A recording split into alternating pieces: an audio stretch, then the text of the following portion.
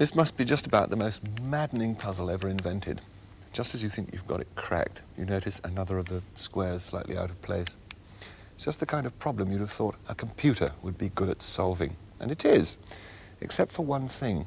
Somebody first has to tell it how to go about finding the solution.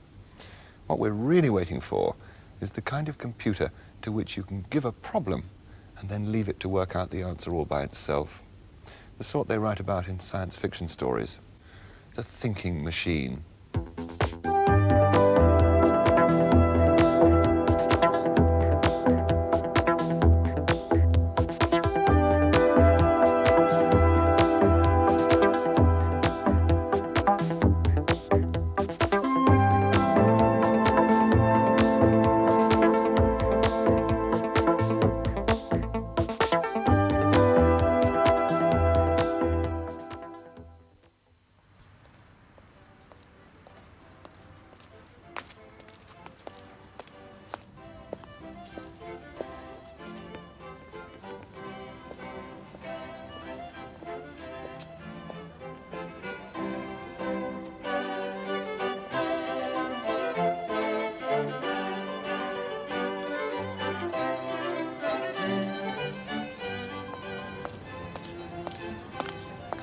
No problem.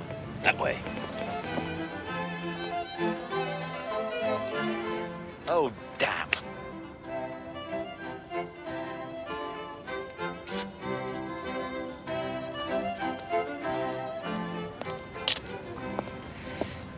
Well, this is an infallible system. That way.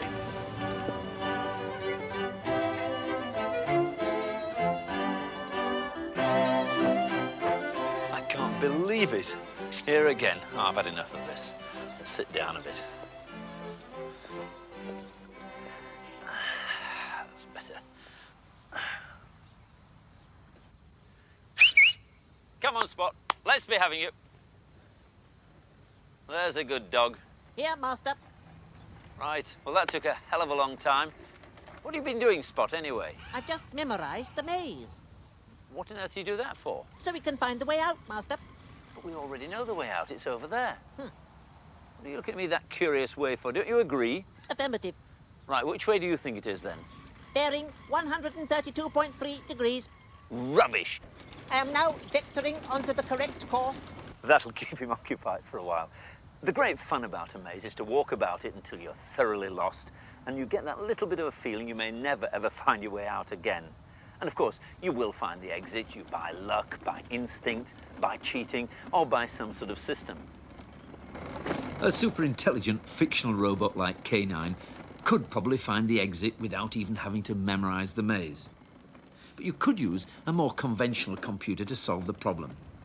First, it would have to be given a map of the maze, and because it couldn't apply intelligence, it would have to use a purely mechanical method, exploring all the paths before coming out with the shortest route to the exit. About time. Where have you been all this time? I told you it was that way. Negative, Master. Well, you said it was that way. Negative, Master. Right, well, tell me how to get out of here. Left, forward 30 paces, right. Left at the first turning, right at the next turning, 7 paces forward, sharp left, sharp right, right All right, again. I'll give left it. at the first... Come on, just show us. Let's see it. Now, which way are you going to go? This way. You know, for a so-called intelligent animal, your three-point turns are terrible. Compliments are unnecessary. Please follow.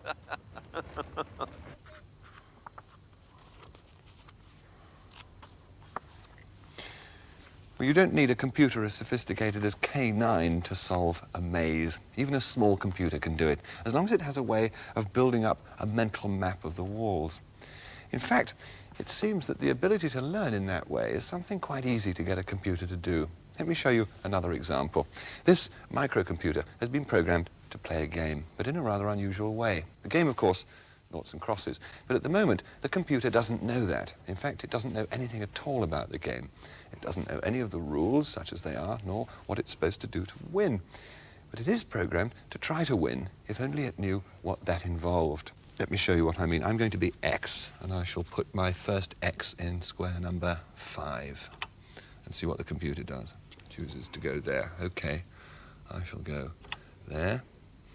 Not bad. I shall then go up there, and it's let me win. There. Wasn't very hard to beat. Now, in the course of playing a large number of games, it's going to learn. And eventually it should be able to win, or at least force a draw every time. Now, Mac, how is it going to set about that learning process? Well, with noughts and crosses, it's not very difficult, actually. And all we have to do is, it's got one great thing that you haven't got. You've got a beautiful memory, I'm sure, but that has the capability of never forgetting anything once it's been told. Yeah. So every game that it plays, it remembers exactly your moves and its moves, so that if it comes across the similar situation again, it can look back and find out whether from that position it won or it lost and take the appropriate action. If it can see a winning stream, it follows that. If it sees it's going to lose there, it does something else. Well, in fact, this program has one other useful feature. You can arrange for it to get all its experience by playing against itself without any human intervention. So you're not condemned to playing 10,000 games of noughts and crosses against a rather taciturn opponent. I'll just start it off. And now we can leave it to its own devices. Well, getting computers to learn may be one step on the road to making them at least seem intelligent. But there is an enormous gap between a machine which is good at solving mazes or can play noughts and crosses and one which has any of the qualities we normally associate with the word intelligence. But many computer scientists want no less than to create machines which think like people do. We asked a number of experts what the purpose of their work was, and this is what Professor Roger Schank of the University of Yale told us. It's certainly the case that we intend to mimic human beings.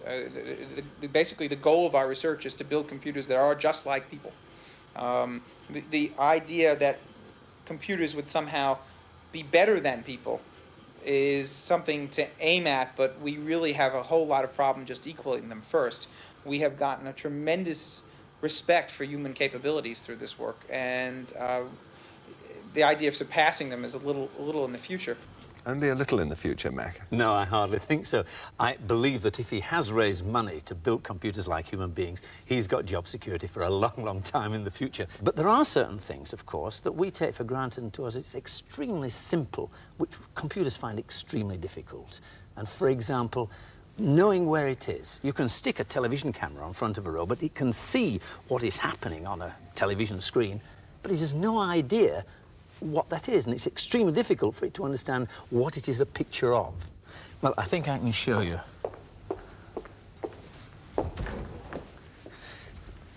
Right, Chris. Tell me what you can see. Well, McNaught Davis sitting on a chair.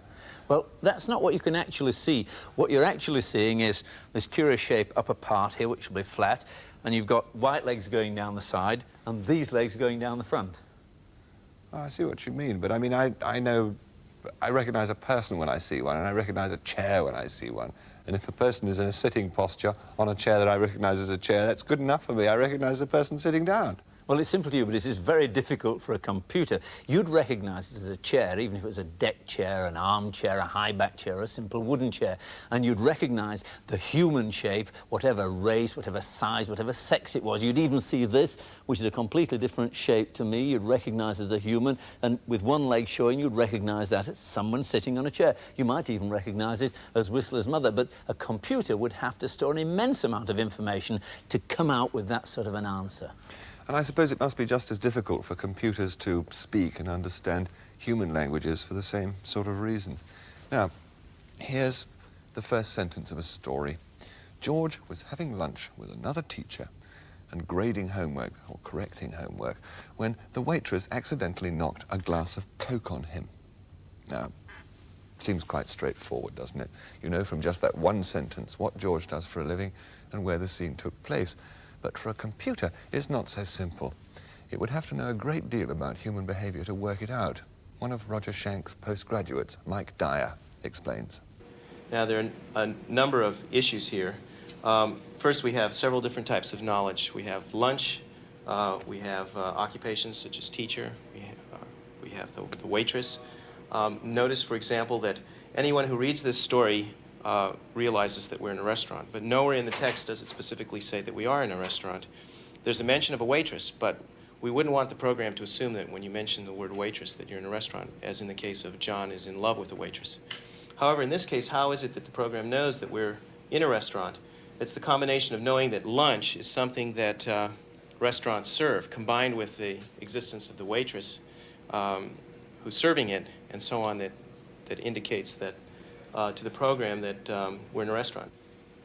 And this is what some of the computer's accumulated knowledge looks like when displayed on the screen. It may look complicated, but it's nothing to the kind of understanding we carry around in our heads all the time. And here's another example. It doesn't say here what George does for a living, but how is the computer to work it out? Most people make that inference at the point that they see that George was having lunch with another teacher. Now, however, that inference alone, you can't just have a simple rule that says if you see X is with another X, then X is that thing also, because you could have, I saw Sarah with another man. Does that mean that Sarah is also a man? But if you say I saw George with another teacher, it makes sense to say that George is also a teacher. So it's very complicated. You have to look at the relationships that are going on. You can't just have a simple rule. The end result is that we can ask the computer questions about the story and receive answers which show that the machine has in some way understood what's been fed into it. Where did George have lunch? At the restaurant. What did George do for a living? Answer, George was a teacher. How did the waitress feel at the restaurant? Answer, the waitress regretted that she spilled Coke on George, and so on. Well, it's really quite impressive for a machine. But it is a very small world that the computer knows about. The programs that we have are capable of understanding within limited domains. That is, if you program to talk about football, they can talk about football. If you program them to talk about movies, they can talk about movies, perhaps. But if you want them to talk about everything, if you want them to have opinions on life, if you want a full range of subjects, we're far away from that. We're far away from the philosophical computer, the all-knowing, omniscient computer.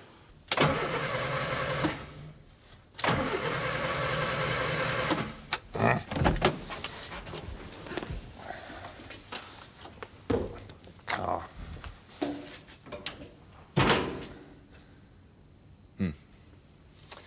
Well, general conversation, let alone wisdom and understanding of life, is still a little beyond today's generation of computers. But if I wanted to do something less philosophical, like start this blooming car, I could use a different approach, the so-called expert system. Now, Mac, what does that mean, expert system? Well, you can think of it almost like a book like this, which will tell you how to start your car with a set of rules, if you like, which are written by an expert. And right. We can turn to a page here, and it might just help us. Right, look at the fuel gauge. Have you got any petrol in your car? Yes, I put some in just before getting here, yes. Right, well, it says here, if it fails to start, try it again with your foot on the floor and try and see if it starts. Foot on the floor? Right. All right. Foot on the floor. Start. That's enough. Whoa. Nothing.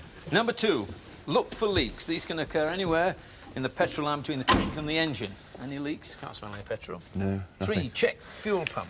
This is beginning to sound like a computer, actually. I mean, is it the sort of thing you can use on a computer? Well, it is. Essentially, it's a set of rules, and you can go through it saying if there's a spark, if there's petrol in the tank, if the engine turns, then there's a high probability it's something wrong with your carburettor. Right. And this is where a computer system would differ from this book, because it can deal in probabilities. That's what we mean by a computerized expert system. An expert that's put all these rules that we're talking about into a computer itself. And we've got one of these programs here. And there are 3 things that could have gone wrong with your car. There's something wrong with the electrics, there's something wrong with the spark, and there's something wrong with your fuel line. Now, well, we know it wasn't the electrics because the starter was turning the engine over quite well. So it's a choice between the ignition and the fuel. And let's opt for the fuel, shall we? Right, See what let's they can try. diagnose. OK. Right, question 1. How certain are you there's petrol in the tank? I'll just put some in, there's no problem. So no problem. Now, what we can do is enter this uncertainty in there from a scale of -5 through 0 to +5. Right. And 0 means I've no idea. -5 is it's definitely not, and +5 it definitely is. Right. So you've got that range of certainty. So we put in 5, which effectively says we're certain there's fuel in the tank. Yeah. How certain are you that petrol is reaching the carburettor? Well, I got here, so there must be some getting through somewhere, but then it has broken down, so it's difficult to say. I don't know. I'm reasonably certain, I would Reasonably say. certain. Let's give that a 4. And it's not absolutely certain. You'd have to take the pipe out and be absolutely certain. Yeah. Right, remove each of the spark plugs one at a time. How certain are you that the spark plugs are wet with petrol? I don't really feel like doing that. And anyway, I could be broken down beside the road or something, so can I say I don't know? Can Will it you accept say, that? don't know. Right, we've done it now. We've got here, there's a fault in the fuel system with a certainty which is high. And that's at 3, between that range between 0 and 5. It's a fairly high certainty there's a fault in the fuel system. The float needle in your carburettor is sticking with a certainty of 4.13, and out of 5, that's a very high certainty that's your problem. And there's a block jet in the carburettor with a certainty of 2, which means it's an average certainty. It's one of those 2. Well, 10 out of 10, because I happen to know what the fault is, because it happens all the time on this car. It's a sticking needle valve in the float chamber. I think the expert that put the program into the computer already knew that too. I wonder if by the time we get to the stage of having the computer in the car, they will also have on the computer my own particular solution to the sticking needle valve. The skill is knowing where to hit, though. That's right. You've got to hit it just there. Never been known to fail there. Fingers crossed.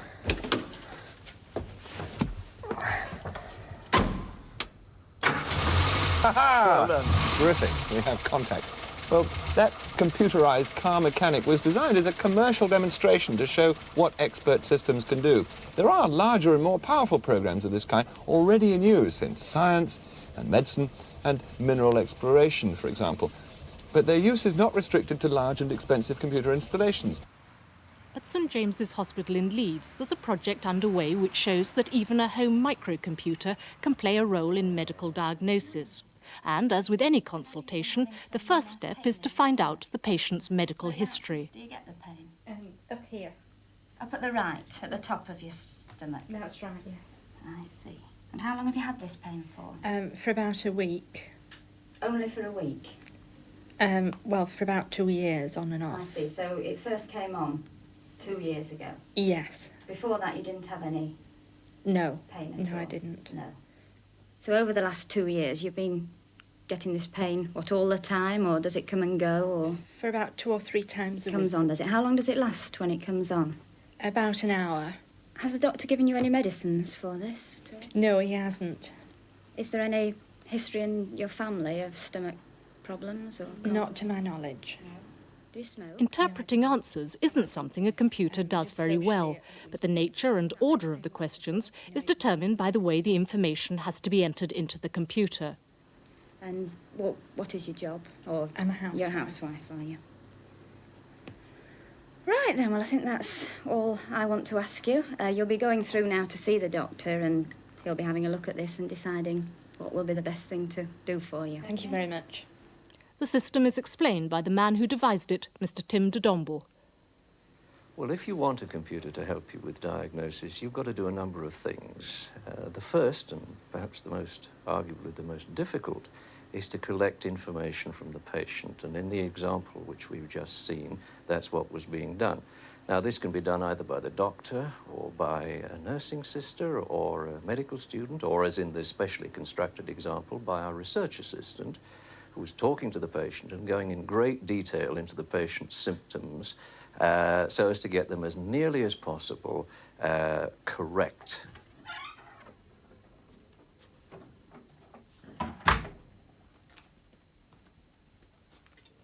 The data is entered into the computer with each of the symptoms having its own code number.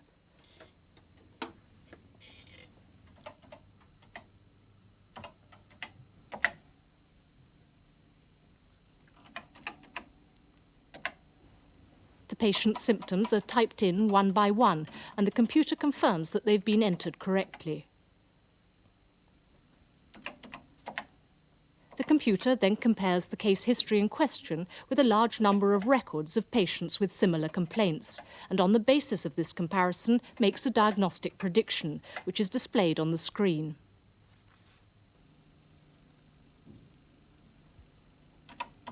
The computer's conclusions can be printed out for the doctor to study later.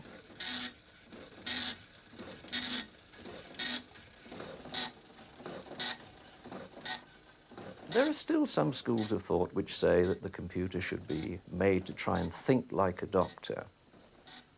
I'd have to say that this isn't the way that we think of it. we think of the doctor as being the focal point of the diagnostic process, because the doctor's the only person who can look at the whole aspect of the process. He can look at the symptoms and the signs and the impressions he gets from the patient and the blood tests and the x-rays and put the whole picture together. Computers at the moment don't do that at all well. In fact, they do it rather badly. Nevertheless, just as the doctor turns to a blood test to help him look at the analysis of the patient's blood, he turns to the x-ray to look at the patient's bones. There seems to me to be no reason why he shouldn't, in addition, turn to the computer and look at that to help him analyze the patient's symptoms. But it's then, at the end of the day, it's the doctor who puts the information together and he makes the final decision about the patient. In this project, the computer's being used almost entirely to handle and compare information. But does this qualify as artificial intelligence? Speaking purely personally, I don't think it does. And when we discuss this problem, sometimes I like to use the analogy of fictional computers to make the point. I think, for example, that we're not looking at something like Big Brother in 1984. And even less do I think we're looking at something like HAL in 2001, which is, you may recall, took over and ran the place, and eventually to the detriment of the human beings. I think if we're looking at anything, we're looking at something like R2-D2 in Star Wars, whose function was simply to carry information to the right point at the right time and enable the people concerned to make a winning decision. Well, the information in Tim de Domble's system comes from real medical cases, but the noughts and crosses program on our microbe has been learning all by itself. Now, let's see if its standard has improved over the last half hour. You'll move 1 to 9. Well, you can play if you like, mate. Oh, delightful. 5. The one thing you can't do on these is cheat, because it knows all about it. You can see it's taking longer. Yes, that's wrong. Thinking, wrong Thinking word. all Thinking. the time. Ah. It's won. It's beaten you. It did? Yes. Yes. So it has learnt something, and it even knows when it's won. Well, in a short program like this, we've only been able to skate over the surface of some of the most interesting and important developments in computer science today. But if the amount of effort and money being poured into this kind of research is any to go by, we can expect some surprises in the not-too-distant future.